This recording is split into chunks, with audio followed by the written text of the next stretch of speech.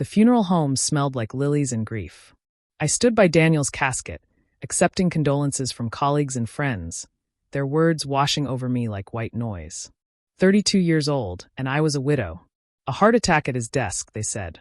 No warning, no goodbye, just gone. Such a tragedy, someone murmured. So young. I nodded, shook hands, repeated, "Thank you for coming," until the words lost all meaning. Then I saw her approaching through the crowd like a shark through water.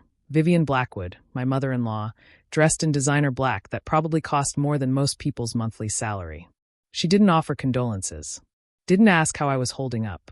Instead, she gripped my elbow with her manicured talons and steered me toward a quiet corner. "We need to discuss matters," she said, her voice crisp as autumn leaves. "Now, at his funeral, especially now." She pulled an envelope from her Hermes bag. "Before you start making any premature decisions about Daniel's assets."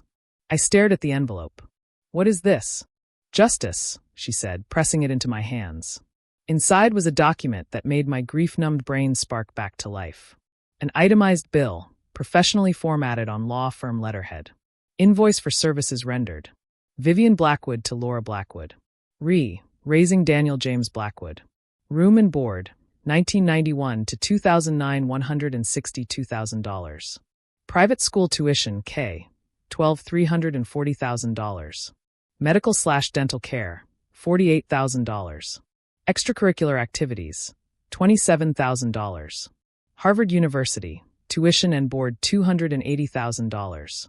Miscellaneous expenses, $143,000. Total due, $1 million. Less, goodwill discount, $500,000. Balance due, $500,000. "You gave me a bill," I said slowly, "for raising your own son?" "I invested in creating the man you married," Vivian replied smoothly. "Now that investment has matured, it's only fair that I recoup my costs. The life insurance policy is $2 million. I'm only asking for a quarter of it. More than reasonable." I looked at this woman, this creature who'd birthed my husband, who'd sat at my dinner table for 5 years criticizing my cooking, who'd worn white to my wedding, and I started to laugh. Not a polite chuckle or nervous giggle. A deep, genuine belly laugh that made heads turn across the funeral parlor. "You find this amusing?" Vivian's perfectly Botoxed face attempted a frown. "Oh, Vivian," I gasped between laughs. "You have no idea. You really have absolutely no idea. I know that you're about to receive a substantial payout from my son's death. Money that exists because of my investment in his upbringing." "Your investment?" I wiped tears from my eyes, the first real tears I'd shed all day, even if they were from laughter. "Tell me, what kind of return are you expecting on your investment in Daniel's cocaine addiction?" The color drained from her face. "I don't know what you're talking about. The addiction that started when he was 16? When you were too busy with your charity galas to notice your son was falling apart. The same addiction that weakened his heart and killed him at 32. That's slander. That's truth. I have 5 years of rehab receipts that say otherwise. Should I add those to your bill? Or what about the therapy costs for the emotional abuse? The gaslighting? Remember when you told him he'd never amount to anything without your money? I motivated him. You destroyed him." My laughter was gone now, replaced by 5 years of suppressed rage. "Do you know where Daniel was when he had the heart attack? At his desk at 2 a.m., working himself to death trying to prove he was worth more than your money. Trying to earn love you were incapable of giving. How dare you?" "I'm not finished." I stepped closer, noting how she backed away. "Let's talk about what you don't know. Like the fact that Daniel and I were separated." Her eyes widened. "What?"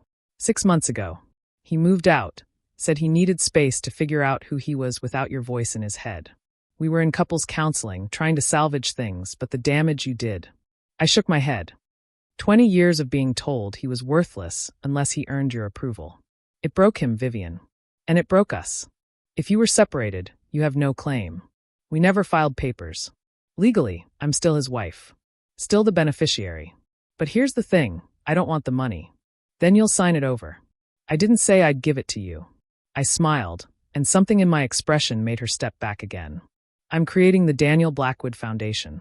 Mental health support for children of narcissistic parents. Addiction recovery resources.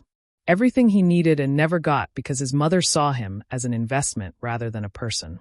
You can't do this. I'll sue. With what grounds? That you deserve payment for fulfilling your legal obligation as a parent? Please do. I'd love to see that play out in court. Especially when I submit evidence of the trust fund you drained when he was 18. The one his grandmother left him that mysteriously disappeared. Vivian went very still. You're bluffing. Patricia told me everything before she died. Your mother knew exactly what you were. It's why she changed her will to leave everything to Daniel, trying to protect him. But you had power of attorney. That money was used for his education. That money was used for your third divorce settlement. I have the bank records. Around us, the funeral continued.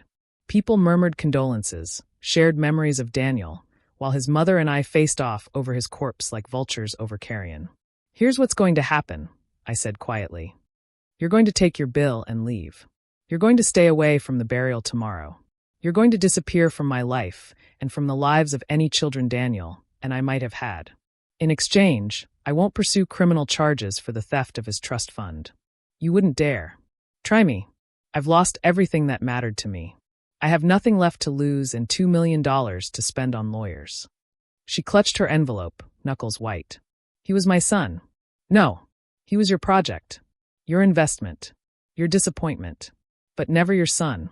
Sons are loved unconditionally, not invoiced for the crime of being born. I gave him everything. You gave him things.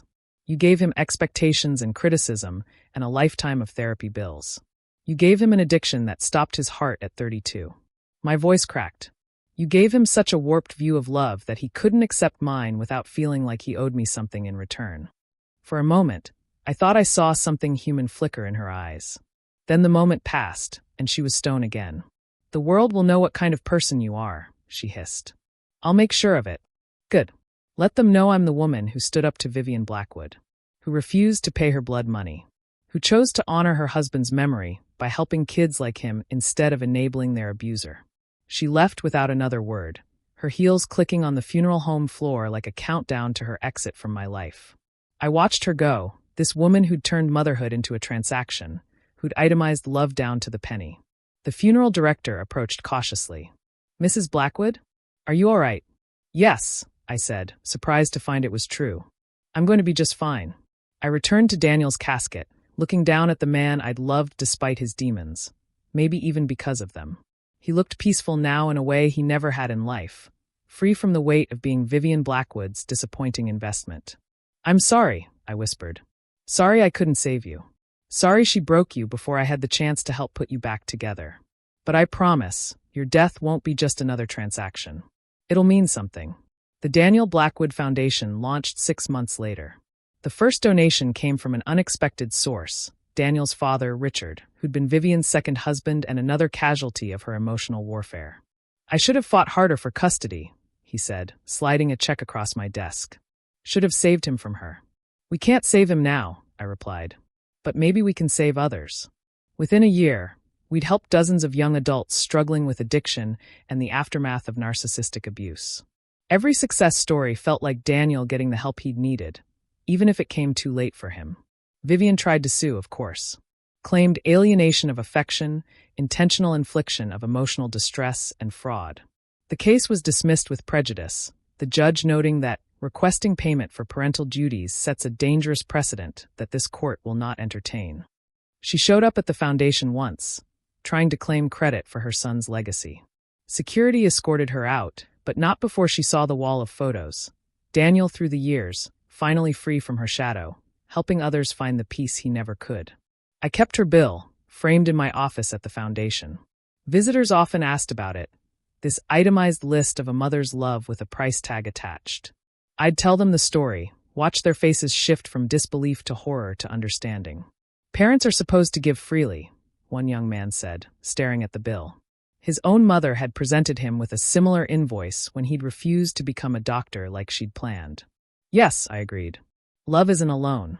It's a gift. He smiled, the first real smile I'd seen from him. My therapist says the same thing. Smart therapist. Keep seeing them. It gets better. It did get better. Not easier. I still woke up reaching for Daniel, still caught myself saving his favorite wine for dinners he'd never attend. But better. Purposeful. The foundation grew, the stories multiplied, and somewhere in the helping, I healed too. 3 years after the funeral, I received a letter. No return address, but I recognized the handwriting. Laura, I have been diagnosed with terminal cancer. 3 months, perhaps 6. I find myself thinking of Daniel, of what I might have done differently. The doctors say this clarity often comes at the end, when it's too late to matter. Asterisk. I won't ask for forgiveness. We both know I don't deserve it. But I want you to know that I've changed my will. Everything goes to the foundation. Not as payment or penance, but because I finally understand that the only thing I ever owed my son was love, and it's the one debt I never paid. Asterisk. Don't come to my funeral. Let me disappear as you asked. But know that in the end, I saw what you tried to show me. A mother's love should never come with a bill. Asterisk. Vivian. I burned the letter. She didn't get to rewrite history with a deathbed confession, didn't get to purchase absolution with a charitable donation. But I kept the money when it came. $8 million that would help hundreds of kids whose parents saw them as investments rather than blessings. At the dedication ceremony for the new residential treatment center, someone asked me if I'd forgiven Vivian. No, I said honestly. But I've stopped letting her rent space in my head. That's enough. They unveiled Daniel's portrait in the lobby that day. He was smiling in the photo, taken during one of his good periods when the weight of his mother's expectations had lifted temporarily. Below it, a plaque read, Daniel James Blackwood, 1991 to 2023. Beloved despite it all. Your life was never a transaction asterisk. That night, I placed flowers on his grave and told him about the center, about the kids we'd helped, about his mother's money finally doing good in the world. The wind rustled through the cemetery trees, and for a moment, I could almost hear his laugh, free and unencumbered, the way it had been in our best moments. You were priceless, I whispered to the headstone, even if she never knew it. Then I went home to my empty house, poured his favorite wine, and toasted to love without receipts, to gifts freely given, to the radical act of caring without keeping score. Because in the end, that's what Vivian never understood. Love isn't an investment. It's not a loan to be repaid or a debt to be collected. It's the only thing in life that multiplies when you give it away. And Daniel, despite everything, had been rich in ways his mother's bill could never calculate. The foundation's motto, engraved in stone at the entrance, says it all. Love is not a transaction. Every time I see it, I think of that funeral, that envelope, that moment when grief and absurdity collided. I think of Vivian with her itemized bill for motherhood, demanding payment for love that should have been free.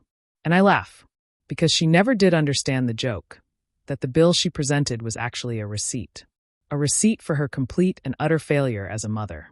And that's something no amount of money could ever fix.